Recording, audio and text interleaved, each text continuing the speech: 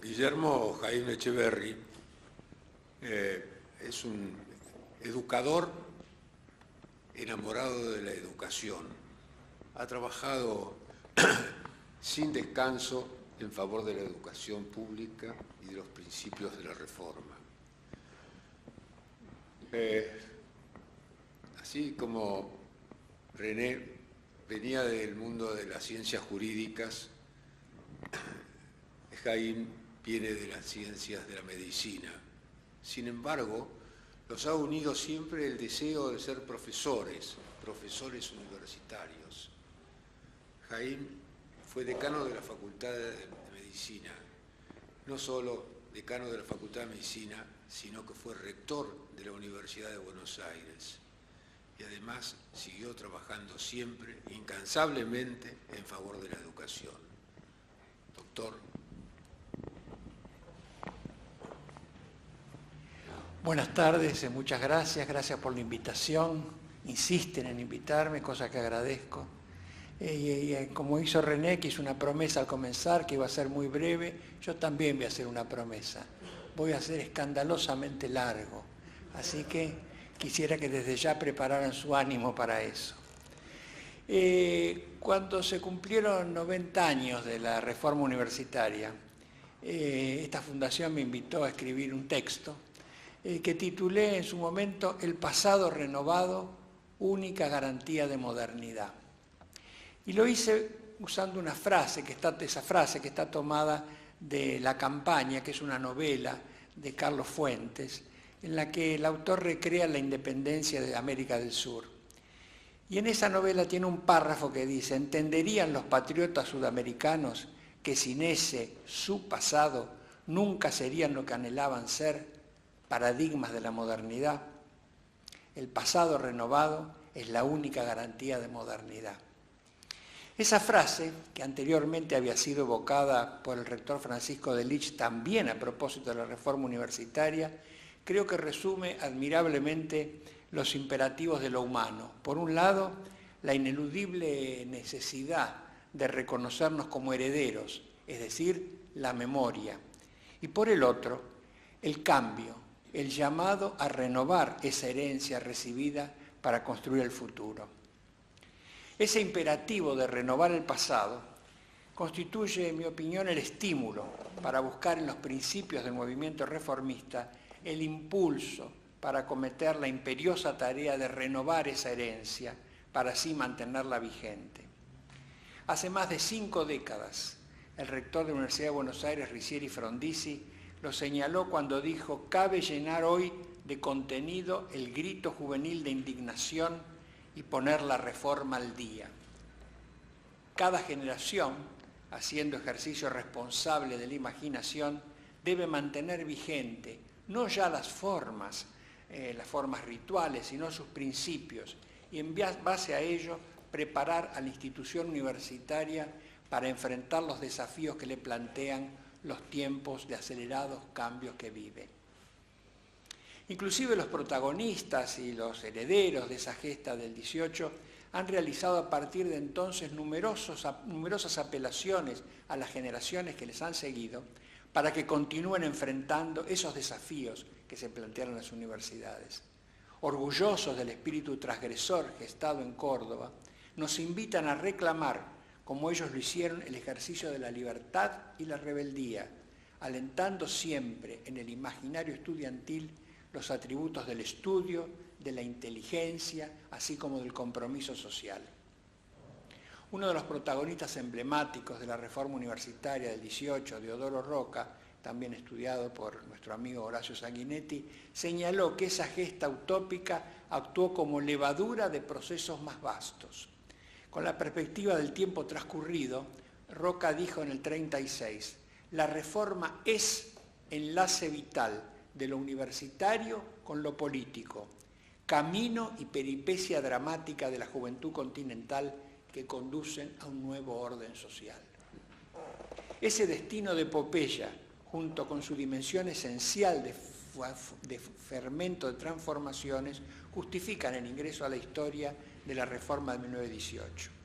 En un estudio acerca de su discurso ideológico, Hugo Cancino señala que el discurso ideológico, se gestó y desarrolló en la matriz de un amplio movimiento social de modernización, democratización, que expresó a un amplio espectro de grupos sociales en ascenso.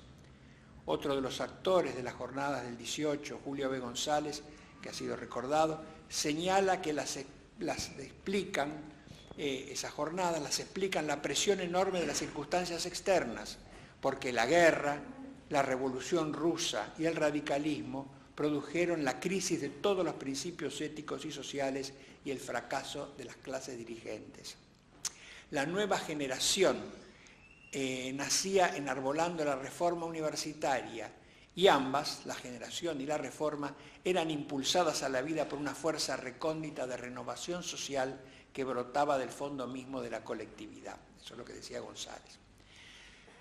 No es posible en esta oportunidad encarar un análisis detallado de los antecedentes, las circunstancias y las consecuencias de un proceso de la trascendencia de la reforma. El estallido de Córdoba reconoce claros antecedentes en las universidades de Buenos Aires y La Plata a comienzos del siglo XX.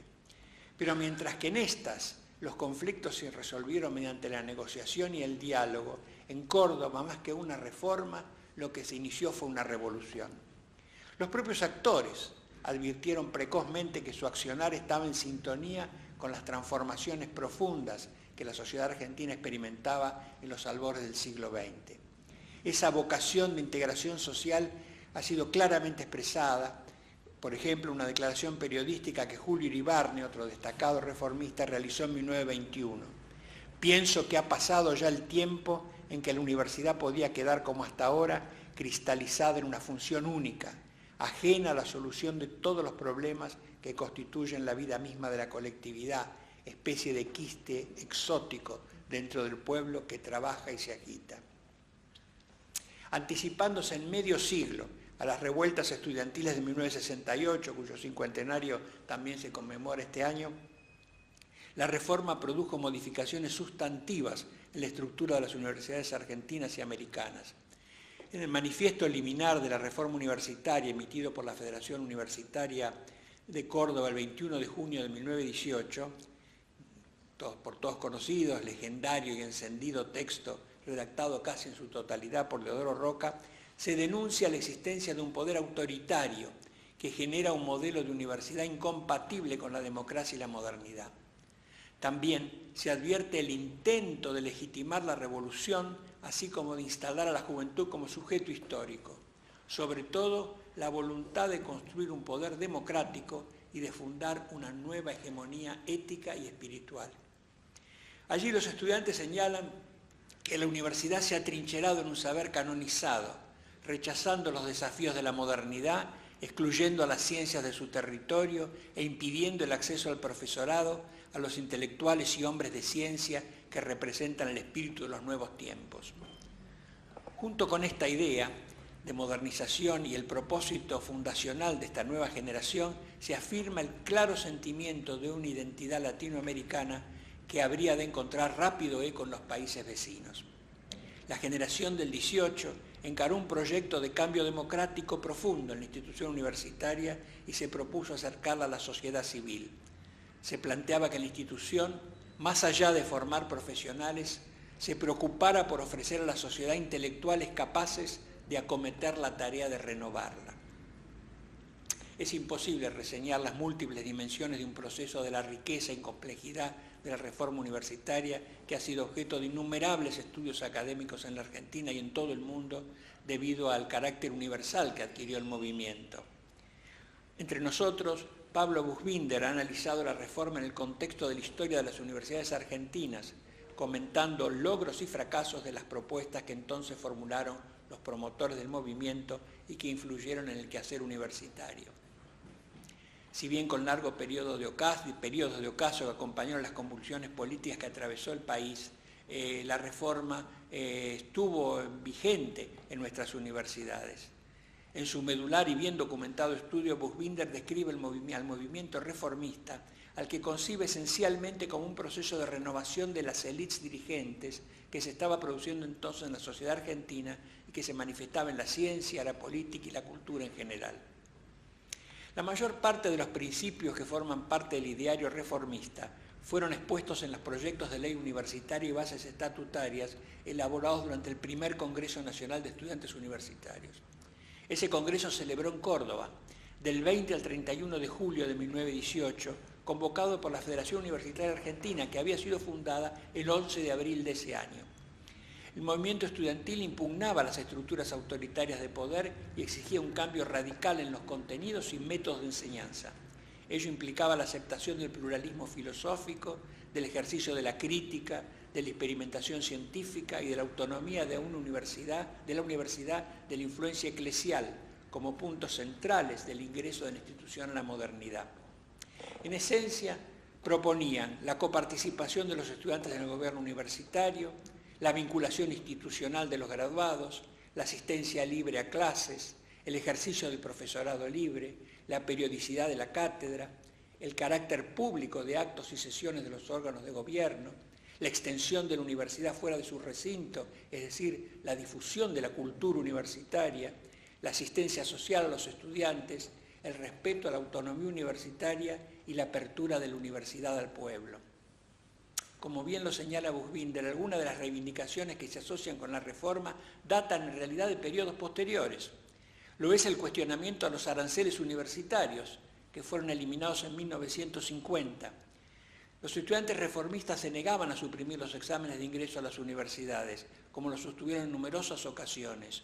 Estos fueron eliminados en el ocaso del gobierno peronista en 1953 y se reimplantaron al restaurarse en la universidad los principios reformistas en 1955. Ese fue el comienzo de uno de los periodos más brillantes de la Universidad Argentina, clausurado, como ya por todos conocidos, en 1966 con la tristemente célebre Noche de los Bastones Largos.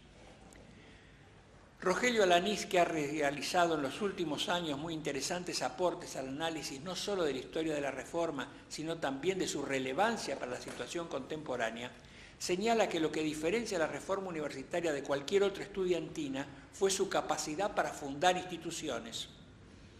La Reforma Universitaria fue una rebelión, pero no rehuyó los acuerdos políticos del más alto nivel. Ese será uno de sus rasgos distintivos. La creación de instituciones académicas perdurables será el otro. Con la reforma universitaria comienza a consolidarse la carrera académica y la investigación científica. La rebelión destruye, pero al mismo tiempo construye. Es una jornada de lucha, pero también un programa. Sin esas dos condiciones no hay reforma universitaria.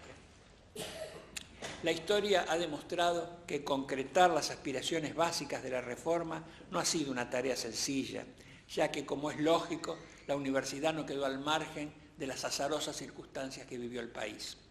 Las instituciones de la reforma, incorporadas a nuestras universidades durante algunos periodos bajo diversas modalidades, están hoy plenamente vigentes en ellas desde hace poco más de 3 décadas. La democratización del gobierno universitario, uno de los objetivos centrales de la reforma, ha quedado consagrado en los instrumentos legales mediante los que se rigen las universidades nacionales.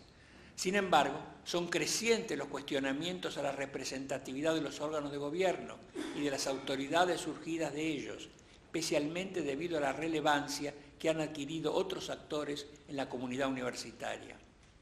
La extrema partidización de la vida universitaria ha constituido una de las consecuencias no deseadas de la nueva organización.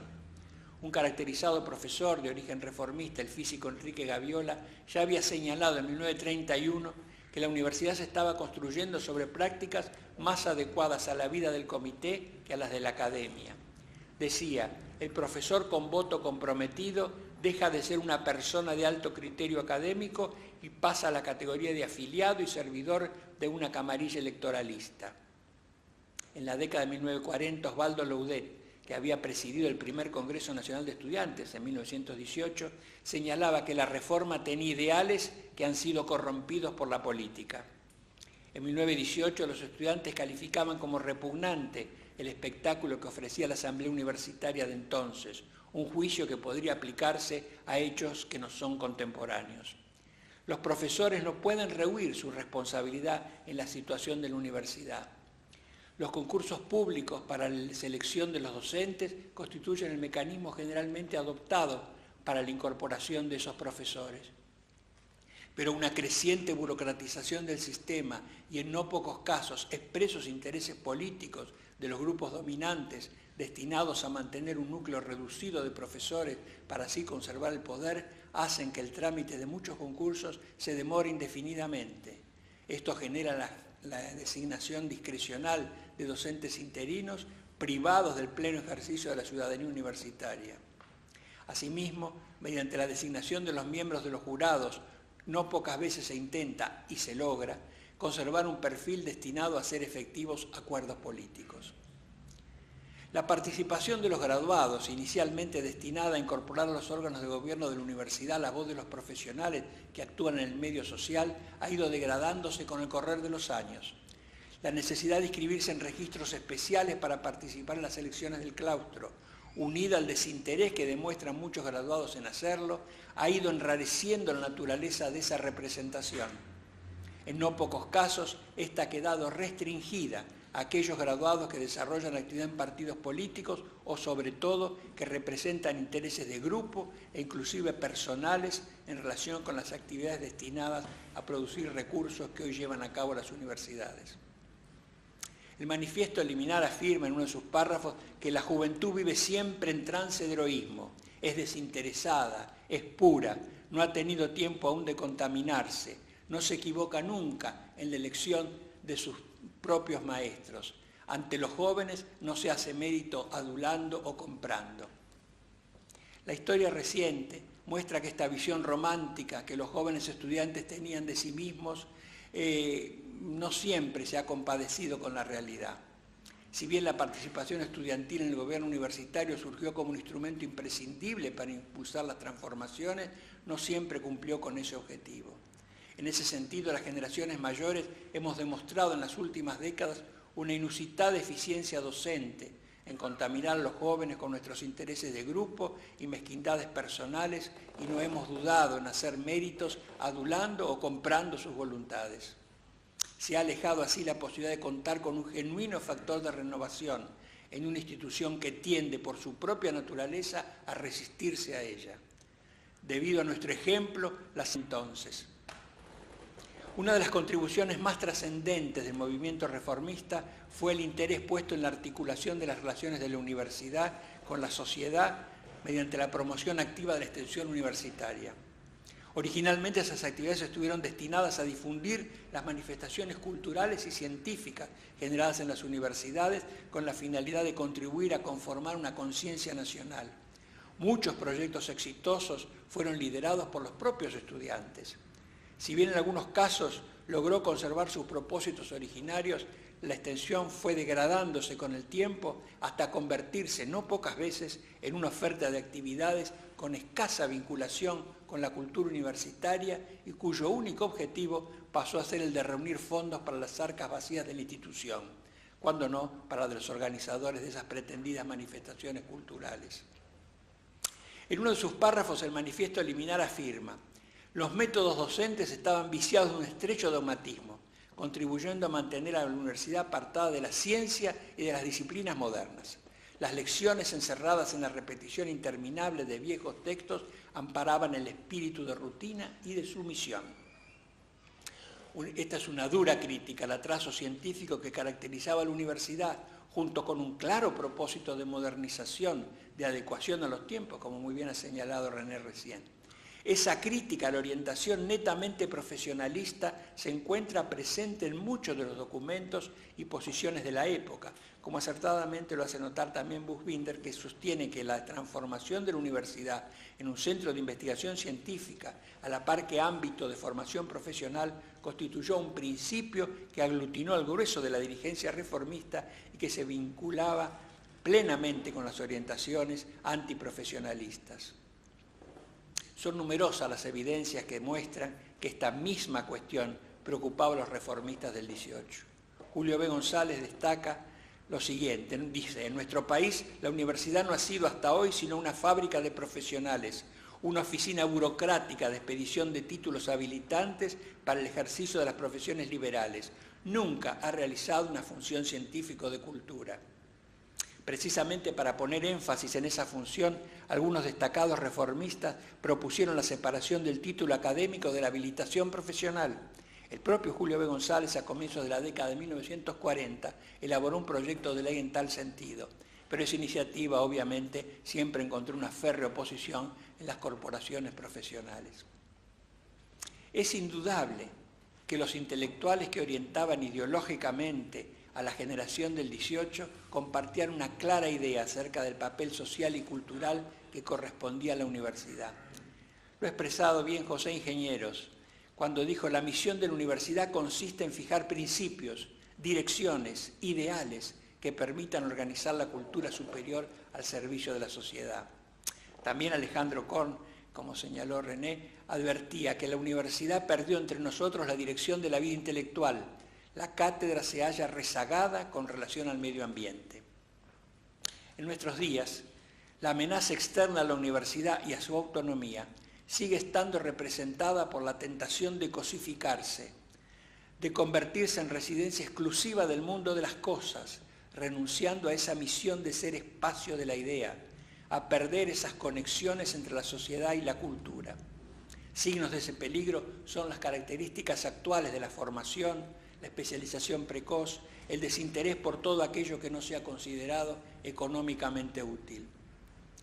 Una de las características que mejor define la situación de la universidad actual es su acelerada incorporación a la lógica empresarial y comercial, la misma que hoy domina todas las esferas del quehacer humano. Se ha instalado con fuerza avasalladora la concepción que sostiene que para justificar su existencia resulta imprescindible que la universidad exhiba resultados mensurables y sobre todo que puedan ser objeto de comercio. De allí que se apliquen a la institución y a sus productos los mismos criterios con los que se juzga la productividad y la eficiencia de las empresas que comercializan bienes, en este caso la educación, transformado en uno más entre los bienes que se compran y se venden. Y así podríamos analizar en detalle el devenir histórico de cada una de las conquistas que resultaron de la reforma universitaria y que explican la necesidad de renovación a la que aludía al comienzo, ya que en no pocos casos se han reproducido muchas de las distorsiones denunciadas por las reformistas del 18. En sus manifiestos, ellos señalaban que las universidades han llegado a ser el fiel reflejo de esas sociedades decadentes que se empeñan en ofrecer el triste espectáculo de una inmovilidad senil. Por eso es que la ciencia frente a estas casas mudas, la ciencia pasa frente a estas casas mudas y cerradas, lo pasa silenciosa o entra mutilada y grotesca al servicio burocrático. ¿No se podrían aplicar muchos juicios demoledores como este, formulados hace 100 años, a la situación de hoy? Si las generaciones actuales no estuvieran aletargadas por el entretenimiento permanente que las impulsa a la mediocridad y la irrelevancia, ¿no deberían reclamarnos su formación como personas críticas que hoy no alentamos? ¿Cómo se puede afirmar que la transmisión de un conocimiento amplio y de la cultura no son tareas cruciales de la universidad sin comprender que esta deserción supone el retorno inevitable de los privilegios? Mucho de lo que hoy sucede pareciera estar a la espera de jóvenes que se indignen como aquellos de 1918. Lamentablemente, se advierte una actitud generalizada de conformismo, cuando no de abierta complicidad con las distorsiones corporativas hoy tan evidentes.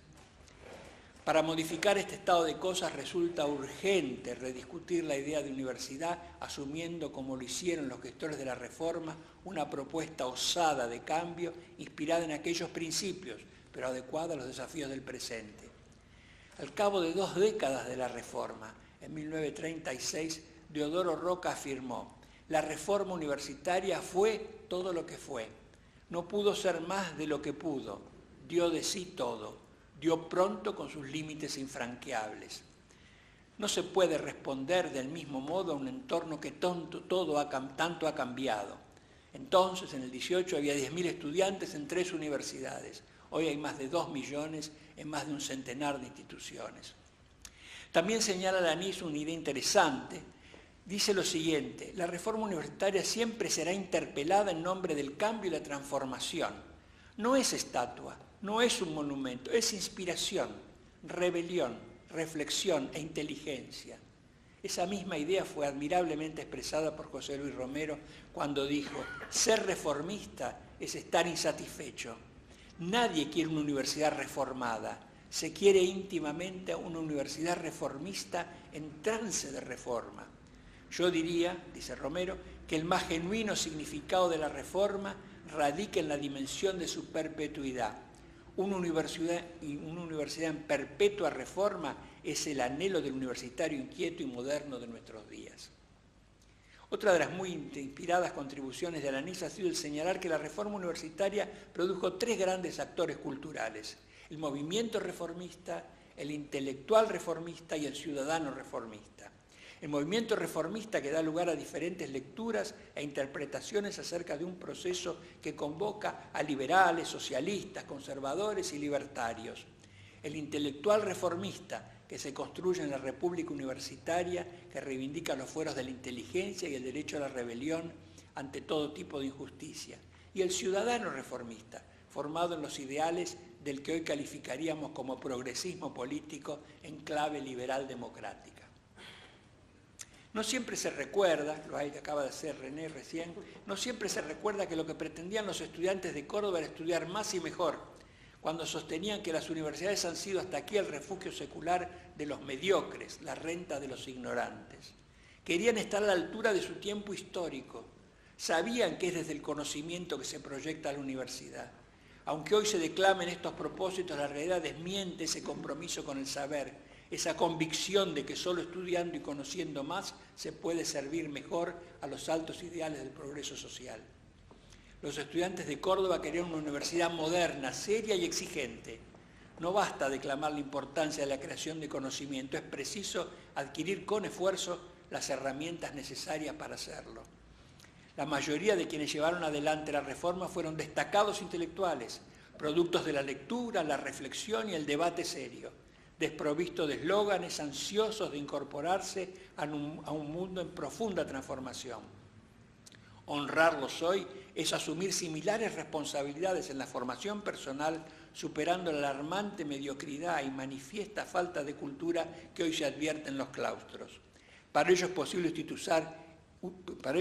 utilizar las instituciones que nos han legado y a las que deberíamos dotar de un nuevo sentido para enfrentar un contexto social tan cambiante. Por eso, al cabo de casi un siglo, no nos resulta difícil comprender el reclamo de aquellos jóvenes argentinos que sentaron las bases de un movimiento que logró trascender porque respondía a una aspiración universal. Aún sigue haciéndolo, ya que la reforma es todavía un grito juvenil de indignación, una promesa incumplida, un pasado a renovar, como señalaba al comienzo. Un conjunto de principios en busca de concreción actual. Mantener la fidelidad a las formas que irremediablemente el tiempo convierte en anacrónicas puede terminar por contradecir los principios que se busca sostener. Como decía Deodoro Roca, despojarse de toda veneración supersticiosa del pasado. Confiemos en que recordar los propósitos de aquella gesta al cabo de un siglo nos ayude a comprender que en esencia los mismos problemas, algunos agravados en el devenir histórico, subsisten en las que insistimos en llamar universidades. Recordar es también expresión de esperanza, esa esperanza que aún mantenemos, conscientes de que del destino de la Universidad Argentina depende nada menos que la supervivencia de nuestra amenazada cultura. Muchas gracias.